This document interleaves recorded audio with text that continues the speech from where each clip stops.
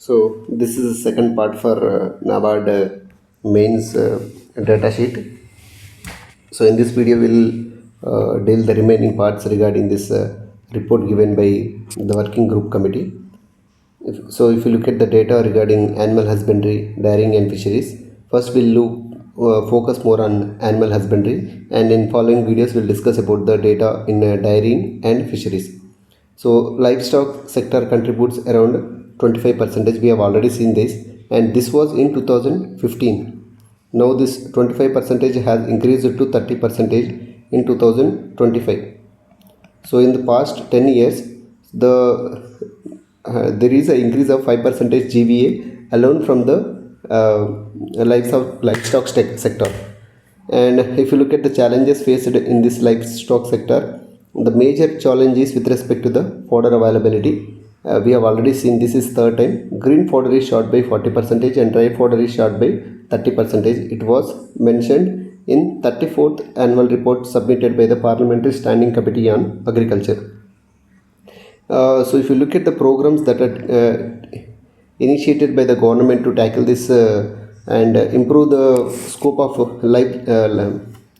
livestock sector, we have Rashtriya Gokul Mission, National Livestock Mission, National Program for Dairy Development, and Dairy Entrepreneurship Development Scheme. And also we will be conducting livestock census, but it was not done very periodically. The last census was done, as per my knowledge, it was in 2016. From there onwards we don't have the latest livestock census.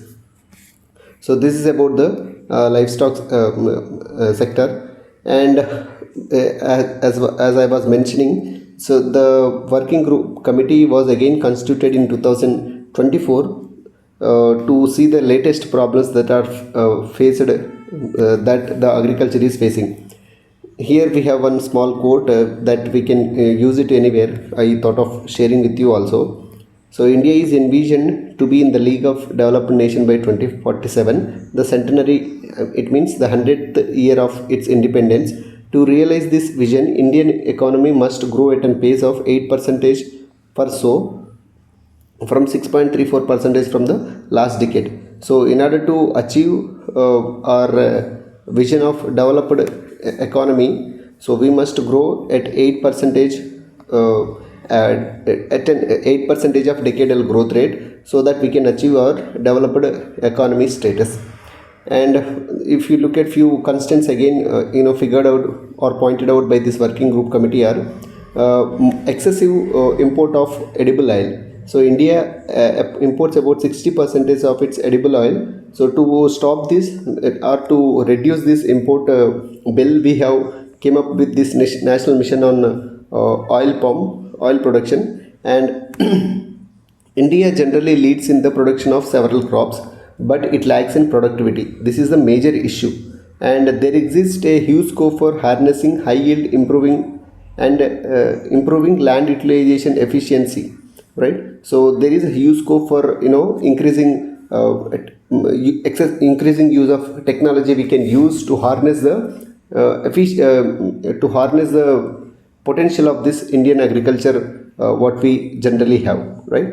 So, and next, if you look at the projection for food demand and supply by 2047, so considering the business as usual scenario, the demand for food grains will be 400 million tons by 2047-48, and demand for rice and wheat will be reduced, and the pulses will rise to 50 million tons by 2047 and 2048. So this is the demand. We have a demand of food grains about 400 million tons, and pulses we have demand over 50 million tons. But now, as of now, the current production of food grains is only 357 million tons. So we have to increase this by about additional 50 million tons by 2047, and the pulses production as of now is only 25 million tons. But we have to double this pulses production in upcoming 20 years. And India's share in rice market export is about 40%. Just it is a fact. If we can able to use it anywhere in the question, well and good, right? Now, if you look at the projected demands for agriculture inputs, we have already seen in 2018 reports, more or less the data was same only. In 2013-14, it was 25 million tons, and it was expected to be 35 million tons in 31-32. And fertilizer per kg, it was 70 in 1990s, and it is 125 kg per hectare in 2013-14, and it is expected to increase to 175 kg per hectare in 2031-32, right? So, and the per hectare consumption of kg per hectare consumption of pesticide will be 0.4 kg per hectare in 2031-32. This is pesticide production, and it will be 0.55, almost more than it means 550 grams per hectare in 2047-48, right? So this is the prediction with respect to the pesticides, and this is with respect to the fertilizers. Now, if you look at the key recommendations given this working group committee in 2024 are, first is land use planning. Land use planning means we have to diversify the crops from regular rice and wheat to nutricereals, pulses, fruits and vegetables, so that we can meet the demand of the people, and also we can increase the income of the farmers. Revisiting the price policy, giving MSP minimum selling price to rice and wheat disincentivize farmers to grow high yield crops, right? So the price deficiency scheme must be implemented to compensate the loss incurred by other high yielding crops, if any, right? So we have to think about this giving MSP to wheat and rice, as it is very easy and convenient for the people or for the farmers. They will definitely go for rice and wheat. We are getting for subsidy from through means of fertilizers. We are giving MSP, and in some states per quinta the state government will give more added MSP. So farmer feels very convenient in cultivating crop like rice and wheat only. So we have to encourage farmers to go for other crops, and we can give them whatever the loss they are incurred through going other crops, we can give through by means of implementing this compensated price deficiency scheme, right? So this we have to implement to encourage the diversification of crop. And it also recommended for investing in infrastructure and value chains for perishable commodities, and also it recommended for promoting millet production and consumption, right? So in recent 2025 budget, to promote millet production, the government has launched PM Dhanadhanya Yojana. So this may tackle this problem to some extent. And it also recommended for the reducing of consumption of edible oil, as we are exporting about 60% of edible oil. Enhances pulses production. Now it was about 25 million tons. It has to be doubled 50 million tons by 2047. And rejuvenation of soil health, it also been recommended. We can these are all simple recommendations, but we have to go through this once in a time, so that we will get used to these words while writing examination. And it also promoted climate resilient technologies and practices through NICRA. We have already seen this, National Innovation on Climate Resilient Agriculture. So through this one, that data we have studied, right? 1 degree rise in temperature is causing a fall of 4 to 5 million tons of wheat production alone. So that data we can write out here. And improve credit flow for capital investment, and invest in agriculture R&D. Agriculture R&D is only about 0.5 to 1% of agriculture GDP. It has to be doubled in upcoming 3 to 5 years. And extend the expansion system, the same recommendations given in 2018 also. So, and upscale digital innovation and robust data system, this was also been given, right? So these are all the recommendations given by both working group committee in 2018 and 2024. I hope we got some data regarding writing any sort of essay or ARD in particular. That is all about both the reports. Now we'll look at another report given by Niti Aayog, that is strategy for harnessing deep sea offshore fisheries and India's blue economy. So if there is a possibility, we may get question in one or the other form regarding India's blue economy. So if you look at the data regarding India's blue economy, India is the world's second largest fish producer with 2 million square kilometers of EEZ, right? EEZ we write exclusive economic zone up to. So this is our India, for example. Consider this as India. Whatever from its coastal line up to 200 nautical miles, whatever the area it is there, it is considered to be the exclusive economic zone. That exclusive economic zone of India is around 2 million square kilometers, and the total area of India is about 32 million square kilometers, right? So this much potential is there for India in terms of blue economy. First, this is one point, and in 2023-24, the fisheries sector export was around 60,000 crores. It is 100% increase from 2013-14, right? So as we have also mentioned in earlier one of the videos, that fisheries sector and solar sector are considered to be the sunshine sectors, because the potential and the scope for this sectors is very huge and it is untapped. So the government is focusing more on this blue economy these days. So through that only, considering that, Niti Aayog has released this report. So if you look at the challenges in fishing sector, we can see through means of, first, the challenge is stock assessment. We don't have enough proper technology, and also the whatever the technology is available, it was very costly. So small fishermen cannot afford adapting that technology. So we have less deficiency in data with respect to where the fishes are available, and we don't have this stock assessment. The data deficiency is there, technological limitations are there, and regulatory and coordination issues are there with respect to this stock assessment of fisheries. And we have infrastructure gaps, obviously. With respect to fishing harbors, the connectivity is less, and landing centers are less, and onboard infrastructure and handling, vessel repair and maintaining facilities are also less when we are compared with the scale which we are going to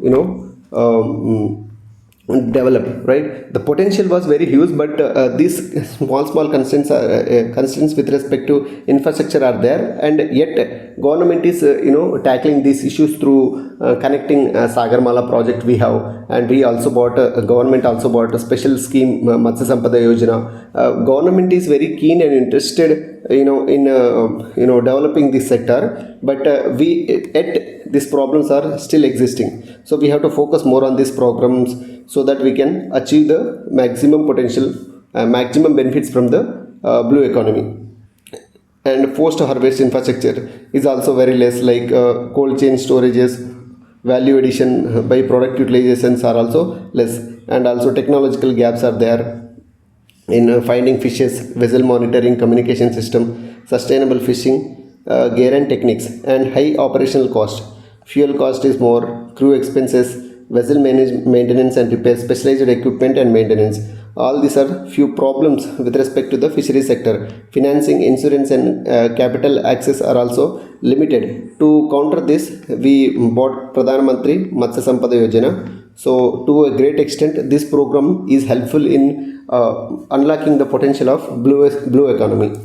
And sustainability and conservation concerns are also there. It will be obvious. So because of we should not go for over exploitation of fish resources, and we should have place specific target methodology and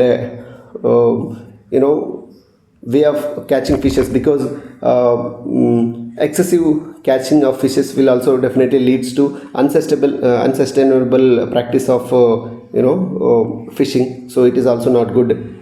And when we are writing way forward, what we are supposed to do is to improve the science based management we should have a clear regulatory framework. Collaborative governance should be there between state, center, and international organizations like IMO, and capacity building should be happen, and equipping more fishermen with the modern technologies and modern equipments. And we should have international cooperation for fishing beyond economic exclusion zone. We should be having compliance with the United Nations SDG goals and IMO as well. And ecosystem based approach, sustainable fishing without disturbing habitats, right? So it means considering ecological concerns are also we should write in way forward. And tailored approach for catching and post management of specific fishes like tuna, shrimp, and prawns, right? So for these fishes we should have a tailored approach, and post management of harvest should be there to get the maximum benefits. And financial support and fleet modernization should be given, and it is to some extent given through Pradhan Mantri Matsya Sampada Yojana, right? So through this report we came to see few data points that we are the second largest producer of fish. 2 million square kilometers of exclusive economic zone is there, and in 2023-24 the fishery sector has export value of 60,000 crores, which is 100% increase from 2013-14. And then we have seen the challenges and opportunities. In challenges and opportunities, first we have stock assessment, then we have post harvestment issues, and we have seen issues with respect to infrastructure and issues with respect to technology and operations and financial issues, right? So all these are the constraints with respect to the financial sector. And in way forward, first we have seen we should approach science based management, and we have seen I stands for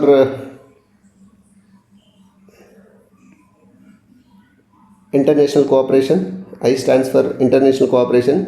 E is ecological ecosystem based approach, and T is technology. R is the regulatory framework. C is the capacity building, and one more C is collaborative governance between state, central, and international organizations.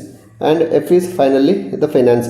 Finance also should be given to meet the facilities like infrastructure. We also have special infrastructure like fisheries infrastructure and development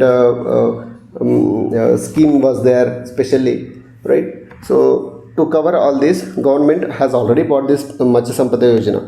So this is up to that report particularly. Next we'll see one more report given by the Niti Aayog, that is greening and restoration of wetlands with agroforestry.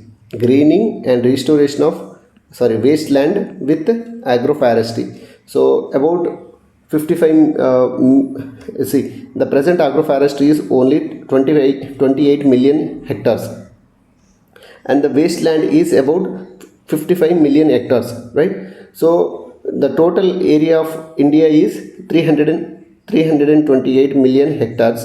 In this one, the present agroforestry means doing forestry as agriculture, like artificially we are growing agriculture is nothing but agroforestry. So the present agroforestry we have is in around 28 million hectares, and the wasteland is about 55 million hectares. So the intention of this report is to increase this share of agroforestry from 28 million hectares to at least 50 million hectares. Whatever the wasteland it is there, about 55 million hectares, we have to convert that to agroforestry. If you could able to convert that into agroforestry means we have many uses in terms of ecological terms, in terms of employment, in terms of energy, in terms of materials availability, whatnot. The agroforestry will definitely result in improving the economy and lives of people who are living around living around forest and rural, we can say. Shifting to agroecology from industrial agriculture is also a better alternative to diverse the people who are working corely in agriculture, right? So agroecology should be there. Temporal diversification. So it means we have to do cross diversification and spatial diversification. So if you look at the in that report, it was given The causes of agrarian distress are rise in debt due to in relation to their net worth. Excessive debt was taken by the farmers to meet the minimum to meet the expenditures of to meet the inputs of inputs while doing plantation, that and all, right? And the rise in instance of hunger, net worth running negative, forced migration, sale of productive assets like tractors, bullock carts to meet their family expenditures are few reasons for that are leading to the agrarian distress. Sale of family assets like land to meet expenditure, dissatisfaction with the profession, and rise in tragedies like suicide. These are definitely going to lead to the suicides of the farmers, and disparity in agriculture and non-agriculture incomes. These are few causes of agriculture distress. Next, we'll see the economic survey.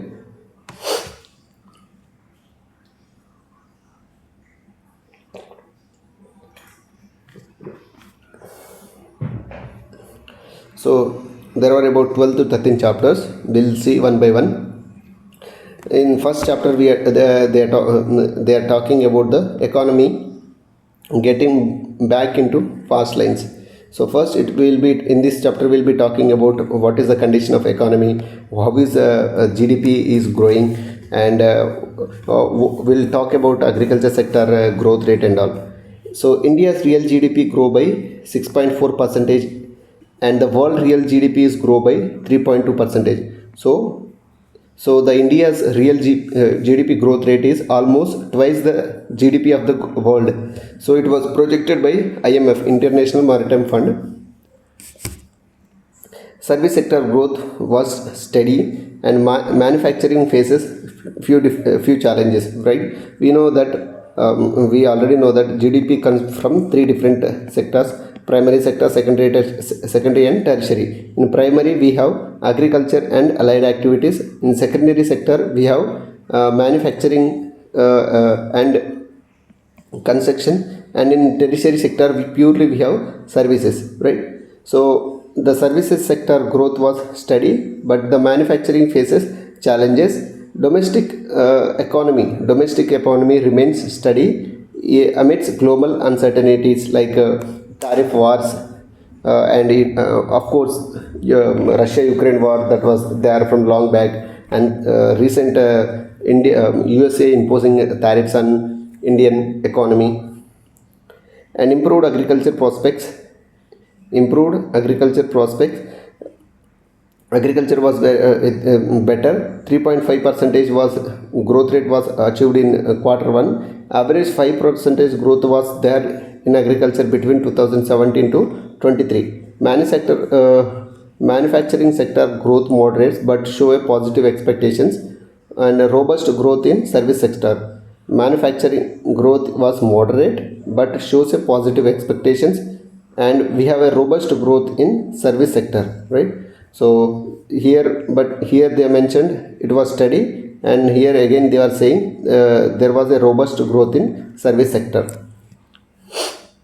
And if you look at the fiscal discipline of the union government, the capital expenditure as a percentage of total expenditure was 22%. Right? We know government we have expenditures and revenue in two terms.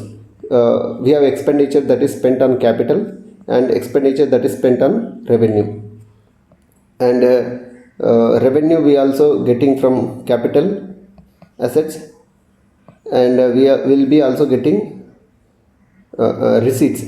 This is receipts, capital receipts and revenue receipts.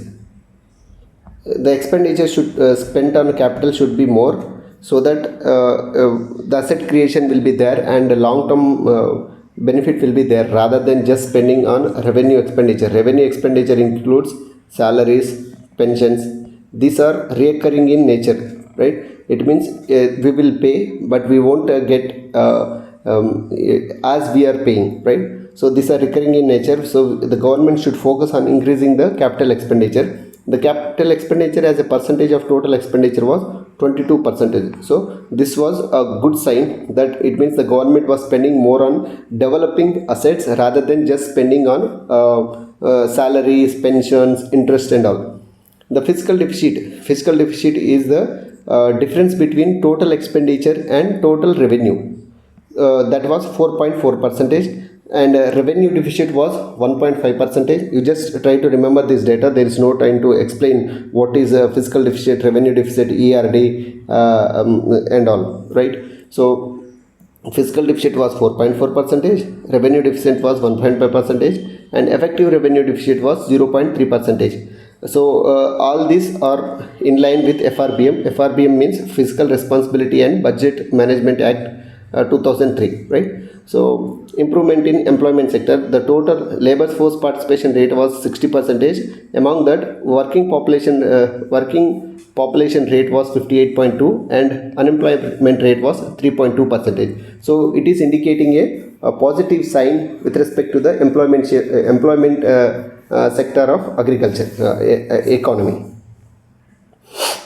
Next, if you look at the chapter 9, in this we are going to discuss about the agriculture and food management sector of future, right? So the agriculture sector contributes around 16% of GDP and 46% of employment. 46.7 it was actually. So that we can say, we have already seen this. It has seen a 5% average 5% growth between 2017 to 23. Just now we have discussed this. Small and marginal landholding constitute small and marginal landholding constitute around 96% of total holding. Small means small means 1 hectare. Small to marginal means 2 hectare, right? So less than 2 hectare, the land holdings are like 96%. So to tackle this problem of land fragmentation, what we call it as, so we call this as land fragmentation. So to tackle this, Niti Aayog has proposed this Model Land Leasing Act, and in economic survey also they have talked in detail about this Model Land Leasing Act. It was implemented as a pilot project in Kerala and brought better results.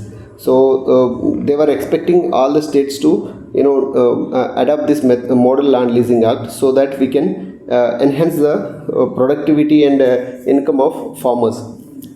And floriculture, floriculture is also recognized as a sunshine sector, and it contributes 15% of total agriculture exports, right? So for this we also have MIDH, Mission for Integrated Development of Horticulture, and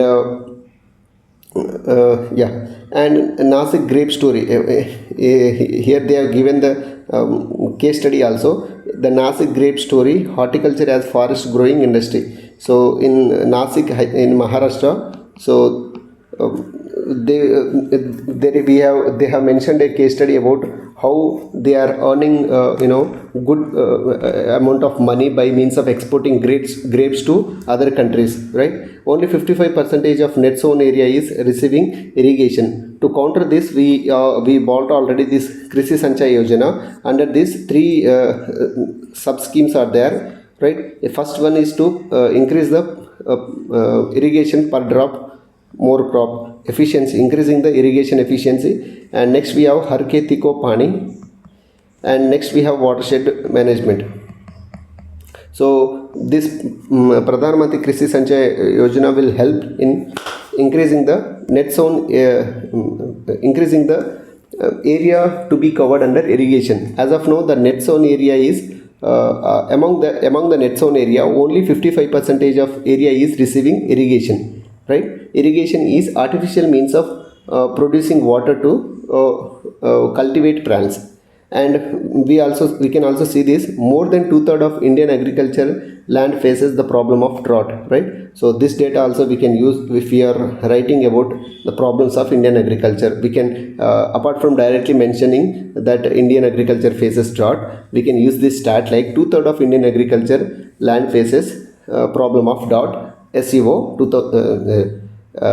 Economic Survey 2024-25, right? So it has also recommended using micro irrigation to unlock the potential by means of drip and sprinkler irrigation.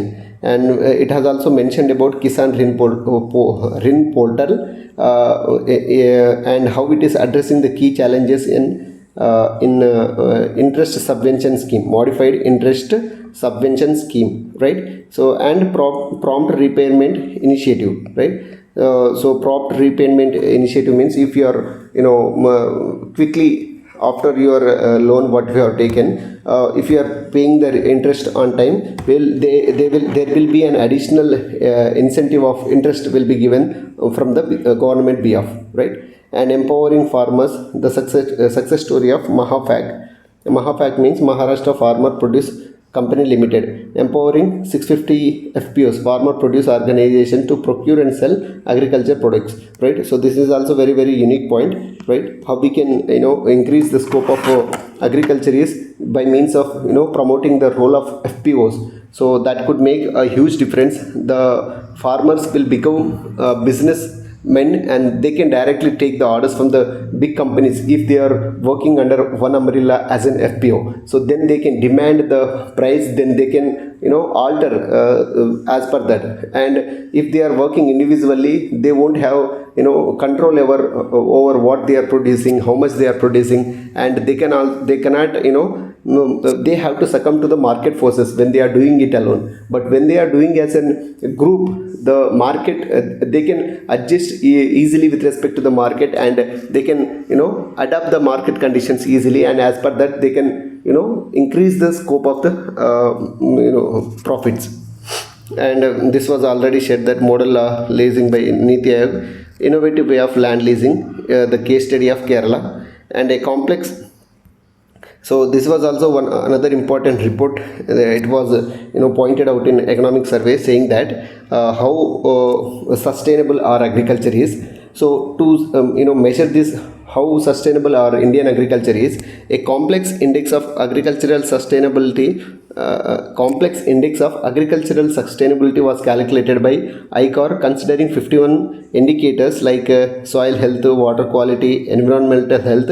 It estimated an average value of the index. The estimated average value of index was reported as 0.49. It's suggesting that Indian agriculture is moderately sustainable, right? So if this number is more, means we would have gone from moderately sustainable to more sustainable, right? So I don't know about the methodology that they have followed in that and all, but we can say in terms of our agriculture sustainability, we are moderately sustainable as mentioned by a report given by ICAR.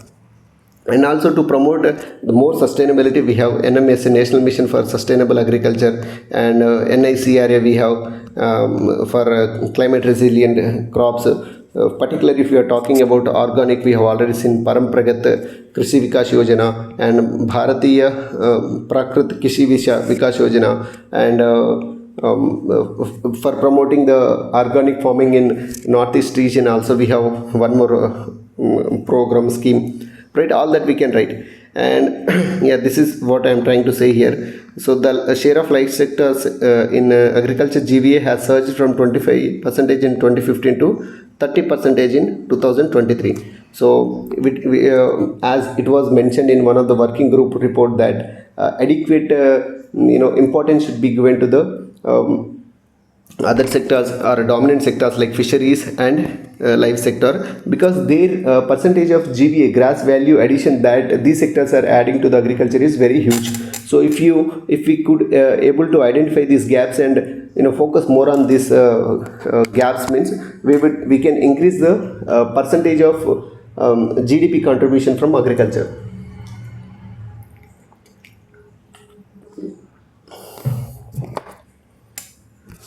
And here they have also talked about the cooperative societies, strengthening the institutions to serve better.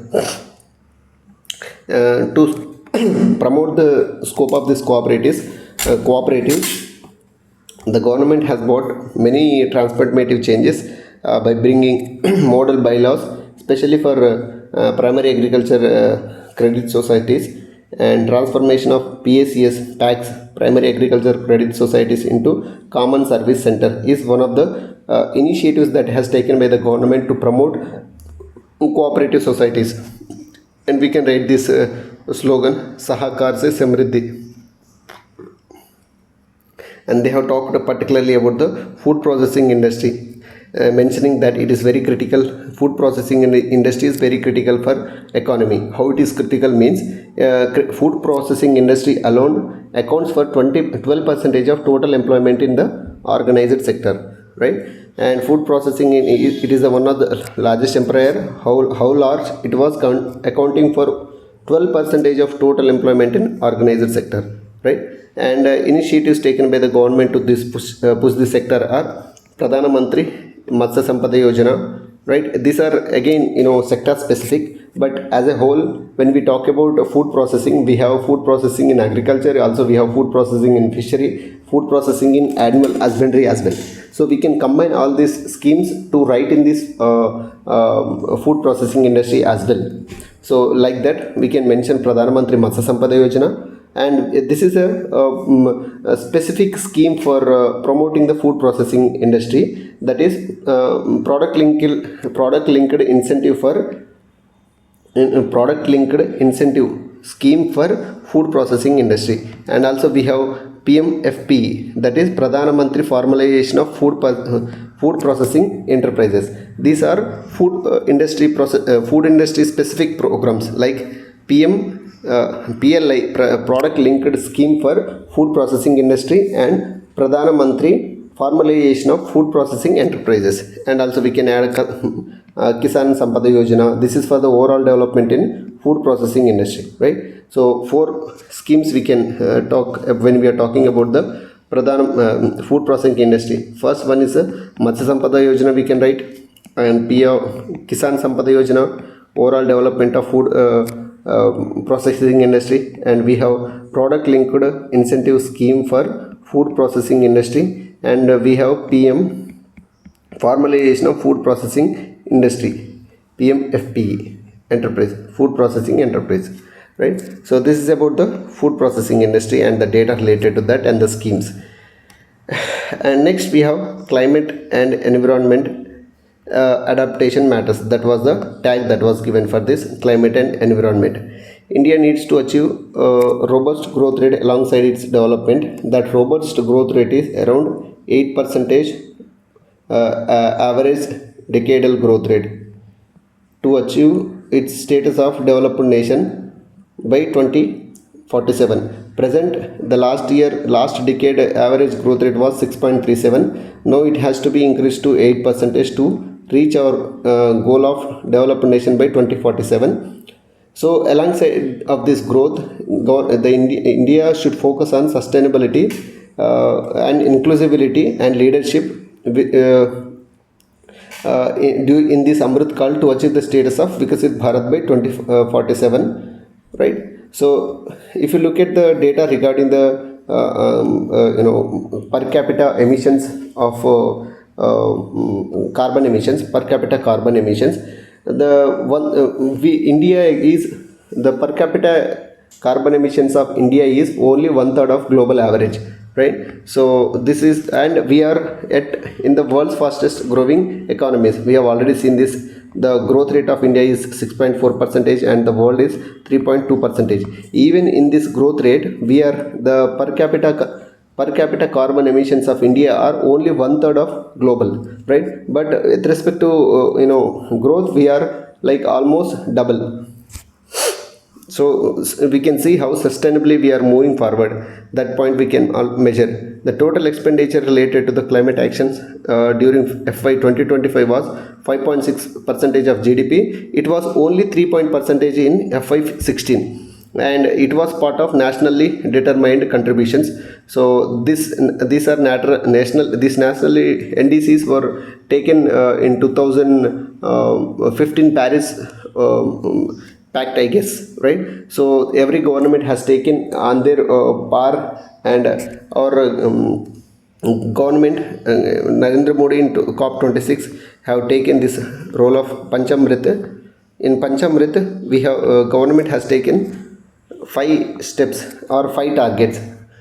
First target is 50% of total energy consumption should come from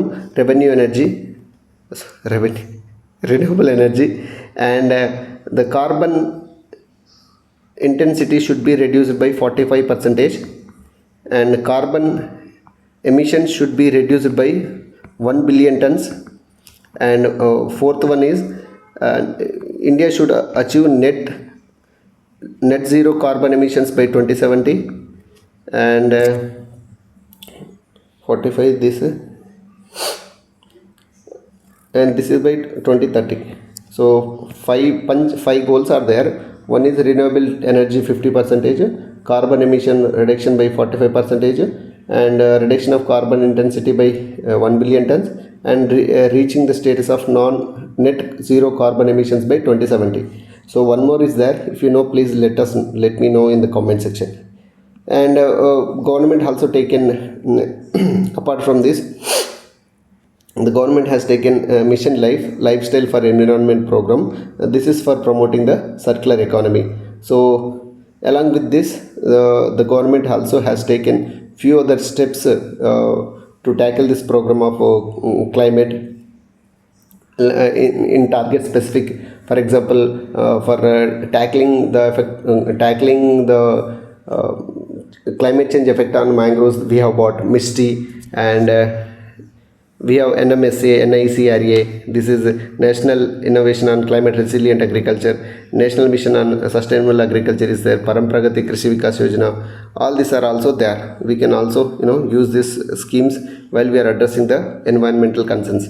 Bringing adoption to the forefront. India is the 7th most vulnerable country to the climate change. If you are talking about climate change, that 1 degree leading to 4 to 5 million tons reduction in wheat production, we can write as per a report by IARI. And adoption in agriculture, how government has tackled, because we have this NICRA, NMSA is there, Param Pragati Krishi Vikas Yojana. We can't write this, right? This is one nation one fertilizer scheme. This is promoting the subsidy.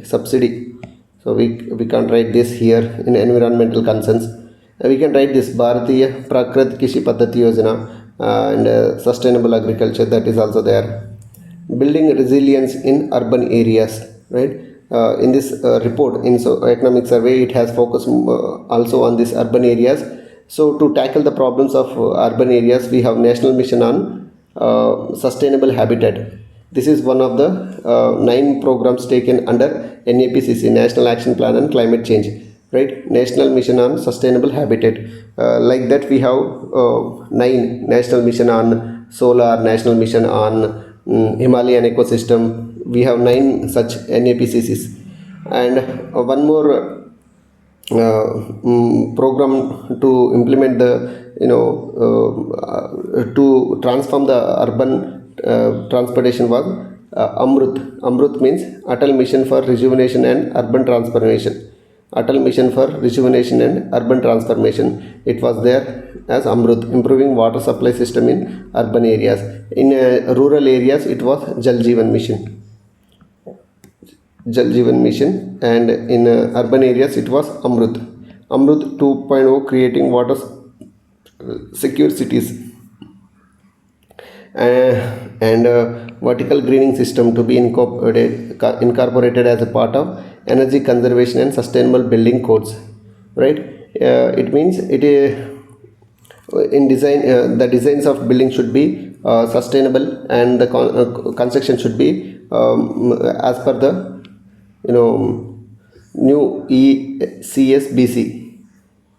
This was some code promoting the sustainable construction, right? The smart city mission is also there. It is people centric approach anchored around livability, economic ability and sustainability, right? So these are the schemes. Amrut scheme, we have Atal Mission, Amrut, and NM, we have one of the NAPCC, National Action Plan for National Mission for Sustainable Habitat is there. Atal Mission for Rejuvenation and Urban Transformation, Amrut is there, and smart city programs are also there to tackle the problems of urban. And adoption coastal areas. For coastal areas, we have just mentioned MISTI, Mangrove Initiative for Shoreline Habitat and Tangible Incomes. Mangrove Initiative for Shoreline Habitat and Tangible Incomes. It was introduced in Union Budget 23-24. It managed the states under CAMPA, CAMPA is compensatory afforestation fund management and planning authority, right? So under this CAMPA fund they will be managing this MISTI program. So you can see this. India produces 46.8% of electricity from non-fossil fuels. It means renewable energy. The goal is to reach 50% by 2030. As part of Panchamrit COP 21, not 26, 21, we have 5 targets: net zero carbon emissions by 27, reducing carbon emissions by 1 billion tons, and 500 gigawatts of non-fossil fuel, and decrease in carbon intensity by 20-30%, right? So 5 we will write here. First one is net zero carbon emissions by 2070. Second, we have reduction of CO2 emissions by 1 billion tons. 1 billion tons. This is by 2030. Next, 500 gigawatts of renewable energy capacity by 2030. Fourth one is decrease in carbon intensity by 45% by 2030. And fifth one is 1 2 3 4 1 2 3 4 5 1 2 3 net carbon zero 40%, to reach 50% of 50% of goal to be reached from renewable energy, right? So these are the 5 Panchamrita plans taken at COP 21, right? And next we have financing rural infrastructure and development. It was under Nabard annual report. Regarding Nabard annual report, we'll talk in detail about Nabard annual report. I'll make a special video on that one. Thank you.